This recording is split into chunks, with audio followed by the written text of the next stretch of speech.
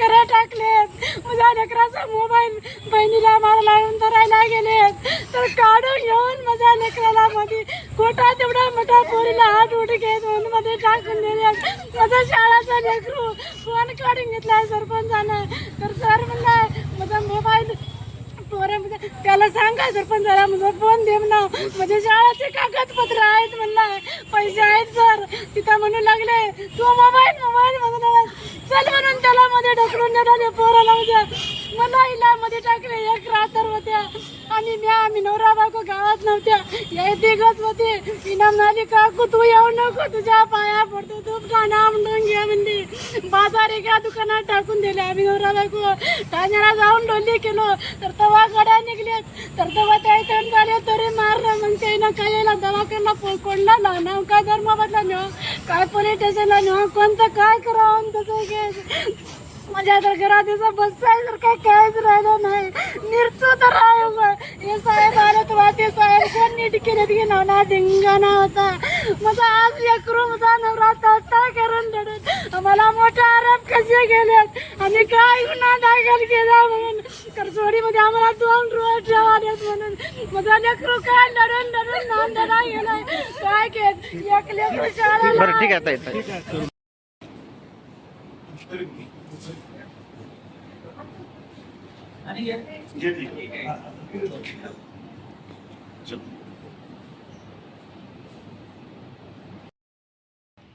आम्हाला 8 तारखेला त्यांनी घरात बसून मारलेले. आमचे डोके वगैरे हात फ्रॅक्चर केलेले. काय कारण होतं मारण्याचं? जयंती साजरी केली. जयंती साजरी करून मारली. डॉक्टर बाबासाहेब आंबेडकरांची जयंती साजरी केली म्हणून त्यांनी आम्हाला मार केली. म्हणजे पाणी देत नव्हते फिरायला. गावामध्ये हिंडा फिरायला बंदी होती, येऊ देत नव्हते. दळण गिरणी वगैरे बंद होतं, किराणा दुकान बंद. सामाजिक बहिष्कार टाकला होता काही. किती म्हणजे सर्व बौद्ध वस्तीला मारलेले आहेत का? सर्व सगळ्यांना मारलं. लहान लेकरांना, महिलांना सगळ्यांना. असं दाखवाय लहान लेकराला मारले, दीदीला मारले. आता काय सांगाल? प्रकाश भालेराव आहे माझं नाव. आम्हाला जयंती का साजरी केली म्हणून घरात बसून मारले. सरपंच झाले बालाजी पाटील, लक्ष्मण कदम, भक्तीबाई बालाजी कदम, श्रीदेवी हनुमंत कदम आणि हनुमंत लक्ष्मण कदम चौघांनी अगोदर मारलं आम्हाला सगळ्यांना. माझ्या आईला आणि मला. माझा भाऊ व्हिडिओ करत होता सर.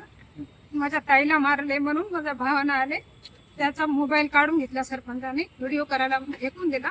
माझ्या 10वीच्या मुलांना मारले, माझ्या मुलाचा मोबाईल फेकून दिला. आणि माझ्या भावावर माझे 2 भाऊ, माझे 2 चुलते आणि 2 मेहुणे आहेत. त्यानं नसतानाही माझा फक्त एकच भाऊ होता. त्यानं नसतानाही त्याच्यावर खोटा आरोप लावून त्याला मध्ये टाकले. आणि मी मार खाऊन सुद्धा मी स्वतः गुन्हेगार नसतानाही मला सुद्धा आरोपी केले सर. तुमच्या मागण्या काय? मला काही नाही सर. आम्हाला तिथं आता तर राहू दे ना आणि आम्हाला फक्त न्याय हवा सर. शहरात पुनर्वसन करा. शहरामध्ये पुनर्वसन करा. आमची एवढीच मागणी आहे सर, एवढीच विनंती आहे सर. ऍडमिट असलेले लोक कुठे आहेत? गंभीर लोक मानलेले आहेत. ज्या मुलावर, आमच्या भावावर, आमच्या काकावर कुठे गुन्हे दाखल केले ते रद्द करा, अशीच माझी विनंती आहे सर. उद्ध्वस्त केलं ना. उद्ध्वस्त केले. रान तोडले. चक पाडून टाकून दिले, चकदार तोडून टाकून दिले. पाणीला सरपंचाने कुसे राहून पाडला. सरपंच हे बहीण त्याची उभा टाकून बघू ना तर तिला मारून आडवा पाडलेत. घराने मिरचू टाकलेत, घराने इटकऱ्या टाकलेत.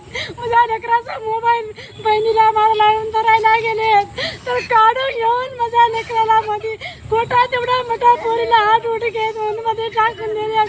माझा शाळाचा लेकरू फोन काढून घेतलाय सरपंचानं. तर सर म्हणलाय माझा मोबाईल त्याला सांगा सरपंचाला माझा फोन दे म्हणा, माझ्या शाळाचे कागदपत्र आहेत म्हणला, पैसे आहेत सर.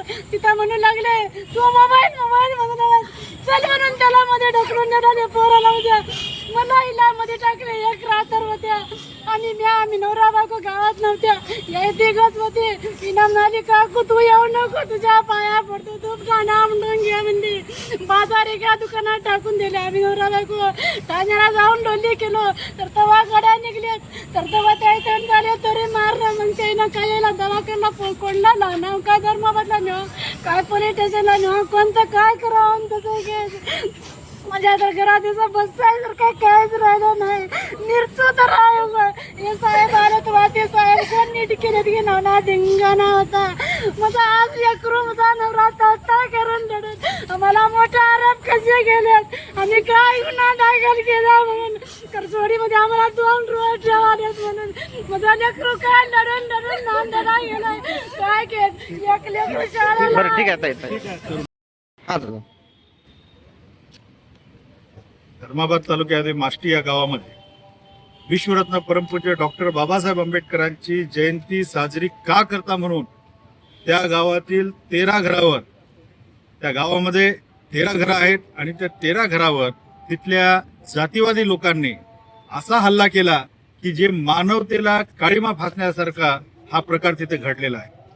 आपण जर व्हिडिओ बघितला तर जनावराला जसं मारतात तसं जनावराला मारल्यासारखं इथे लहान लहान लेकराला, महिलांना आणि मुलांना, वयोवृद्ध माणसांना जनावरासारखं मारलेले. त्यांचे इथे डोके फुटलेत, कोणाचे हात फ्रॅक्चर झालेत, कोणाचे पाय फ्रॅक्चर झाले आणि जवळपास 17-18 लोक हे ऍडमिट होते. हा सगळा प्रकार घडत असताना यापूर्वी 2 ते 3 महिन्यापासून त्या गावामध्ये इथल्या बुद्धिस्ट समाजाला कोणत्याही प्रकारचं दळण आणण्याची परवानगी त्या गावात नव्हती. कुठल्या किराणा दुकानावर सामान घेण्याची परवानगी नव्हती. त्याचबरोबर पाणी पिण्याची परवानगी नव्हती. घराच्या बाहेर बिनधास्तपणे फिरण्याची परवानगी नव्हती. अशा प्रकारचं दहशतीचं वातावरण त्या गावगुंडांनी तिथे केलेलं होतं. त्याची तक्रार आदरणीय कलेक्टर साहेबाला अनेक वेळा त्या गावातील लोकांनी दिली, पण त्याच्यावर कोणतीही कारवाई झालेली नाही.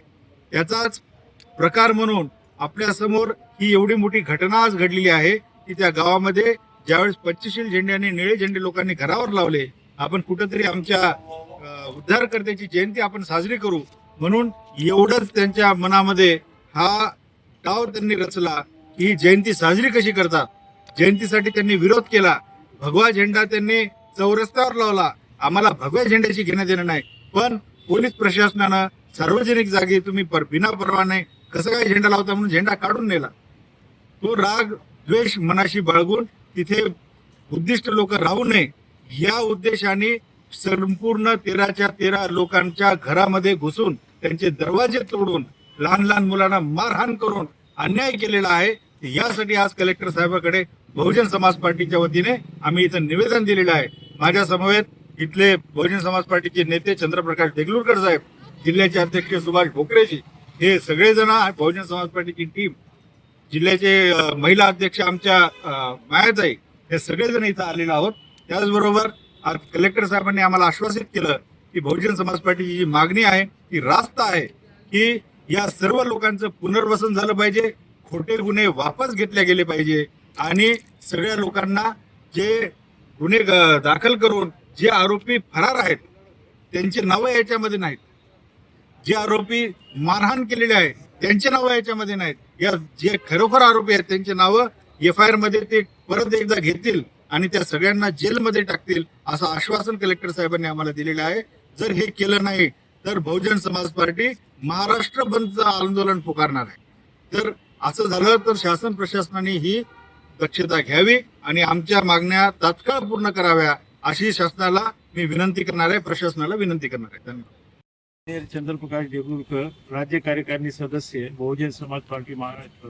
असं धर्माबाद तालुक्यातील माष्टी या गावामध्ये डॉक्टर बाबासाहेब आंबेडकरांची जयंती का साजरी केली म्हणून गावातील सवर्ण जातीवादी लोकांनी, गावगुंडांनी दलित समाजावर, बौद्ध समाजावर सामूहिक हल्ला केलेला आहे आणि मोठ्या प्रमाणामध्ये मारहाण करून यांना जखमी केलं आणि यांच्याच विरोधामध्ये खोटा गुन्हा दाखल केलेला आहे. आणि हे जखमी असताना सुद्धा यांना तिथल्या पोलिसांनी मॅनेज होऊन अर्थपूर्ण व्यवहार करून पोलिसांनी यांनाच म्हणजे आत टाकलेला आहे. तर हा अन्याय आहे.